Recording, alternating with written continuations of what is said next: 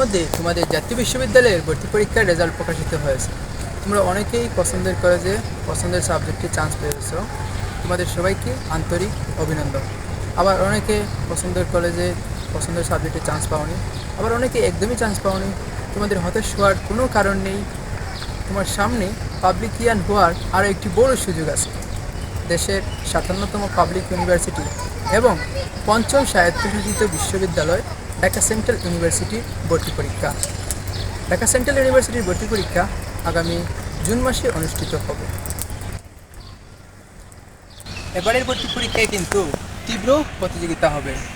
সেই প্রতিযোগিতায় নিজেকে টিকিয়ে রাখতে হলে প্রচুর প্র্যাকটিস এবং সঠিক দিক নির্দেশনা প্রয়োজন।